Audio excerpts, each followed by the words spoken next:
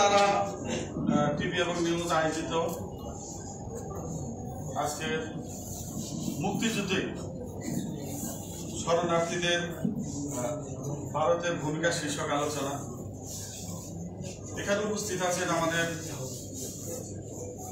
গণ্যমান্য অনেক ব্যক্তি এবং তার মধ্যে আমাদের চুমকি আপা উপস্থিত আছেন এবং মাননীয় এমপি, সাবেক প্রতিমন্ত্রী, বাংলাদেশ মহিলা আওয়ামী লীগের সভাপতি এবং উপস্থিত আছেন আমাদের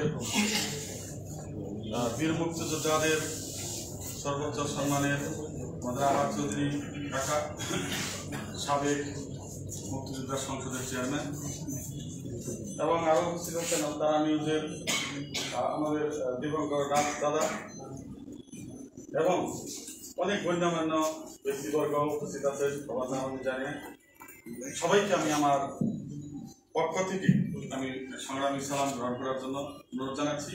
সবাই আসসালামু আলাইকুম।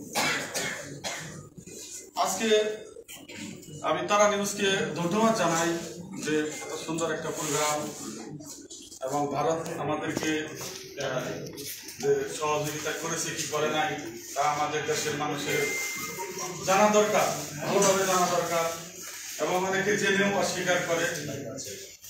আজকে শরণার্থীর কথা কি বলবো, সেখানে তো সহযোগিতা করেছে, এটা তো কোনো স্বয়ং মুক্তিযুদ্ধে তারা সরাসরি যুদ্ধ করে হাজার হাজার সৈন্য নিহত হয়েছে। সেটা আমরা মহান ভারতকে কৃতজ্ঞতা জানানো ছাড়া আমাদের আর কোনো উপায় আছে? উপায় নেই। আমরা সেই মহান ভারতকে আমরা কৃতজ্ঞতা জানাচ্ছি, সম্মান জানাচ্ছি এবং আজকে ভারতের যারা উপস্থিত তাদেরকে আমি সম্মান জানাচ্ছি, এখানে উপস্থিত আছেন। তবে আমি ৭১ সালের কথা শেষ করলাম, বর্তমান পরিস্থিতির কথা একটু আমাকে না বললেই নয়।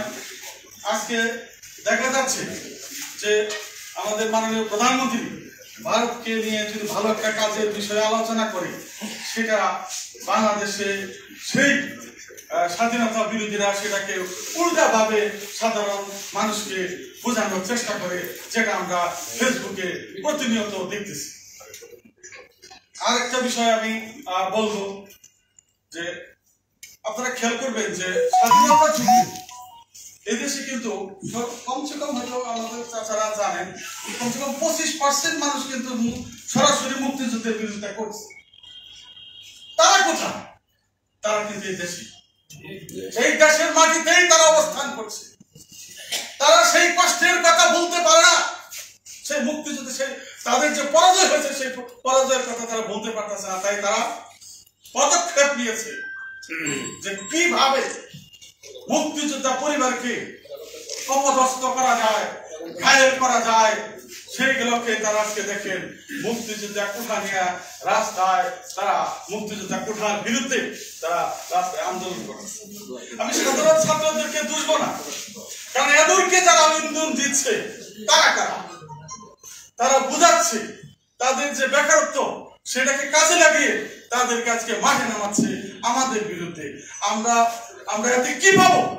সারা বিশ্ব আমাদেরকে অকৃতজ্ঞ জাতি হিসেবে চিহ্নিত করবে। কেন করবে? মুক্তিযুদ্ধের বিরুদ্ধে কথা, যারা এই দেশটা স্বাধীন করলো, দেশটা যারা এনে দিল, যাদের কারণে আমরা এত সুখে শান্তিতে এই বাংলার মাটিতে বসবাস করতেছি, তাদের বিরুদ্ধে ষড়যন্ত্র। এটা কি সারা বিশ্ব আমাদেরকে অকৃতজ্ঞ জাতি হিসাবে চিহ্নিত করবে না? আমি সাংবাদিক ভাইদেরকে বলবো এই বিষয়গুলো আপনারা তুলে ধরবেন। আমরা যদি অকৃতজ্ঞ জাতি হয়ে যাই, সারা বিশ্ব কিন্তু মুখ ফিরে নেবে, কারণ এটা বেঈমানের চাপ। এরা বীর মুক্তিযোদ্ধাদেরকে যারা সম্মান করতে জানে না, তাদের সুযোগ সুবিধা নিয়ে হিংসা করে। আরেকটা বিষয় আমাদের মাননীয় এমপি মহোদয় আছে, আমি ওনাকে স্মরণ করেই বলছি, মাননীয় প্রধানমন্ত্রীর সাথে ওনার কথা হয়। রাজাকারের সন্তানদের তাদের পূর্বপুরুষরা স্বাধীনতা বিরোধীরা যেভাবে সহযোগিতা করে যাচ্ছে, আমরা মুক্তিযোদ্ধার সন্তান হিসাবে